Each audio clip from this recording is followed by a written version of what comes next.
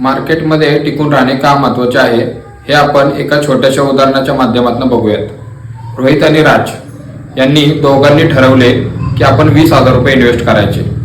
त्यांनी ठरवले की मार्च महिना 2020 कोविड काळ यामध्ये दोघांनी इन्व्हेस्टमेंट करायचे ठरवले। रोहितने मार्केट खराब असताना देखील ठरवले की आपण घाबरायचं नाही आणि यामधले 10,000 रुपये इन्व्हेस्ट करायचे। त्याने पारंपरिक फ्लेक्सी कॅप हा फंड निवडला। त्याला 26 रुपये एनव्ही प्रमाणे 375 युनिट भेटले। तेच राजने ठरवले की आपण या वर्षी नाही तर पुढच्या वर्षी इन्व्हेस्टमेंट करूयात। नेक्स्ट इयर मध्ये म्हणजे 2021 मध्ये रोहितने पुन्हा एकदा मार्केटमध्ये 20,000 रुपये इन्व्हेस्ट केले आणि राजने त्यावेळी 10,000 रुपये इन्व्हेस्ट केले।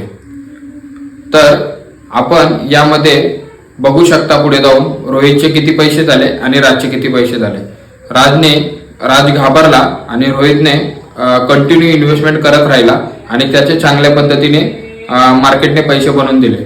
तर आपण देखील इन्व्हेस्टमेंट ही कंटिन्यू केली पाहिजे, सातत्याने इन्व्हेस्टमेंट करत राहिलं पाहिजे, तरच आपल्याला त्याचा फायदा होईल आणि आपण एक चांगली मोठी वेल्थ जनरेट करू शकतो। Mutual fund investments are subject to market risks. Read all scheme related documents carefully.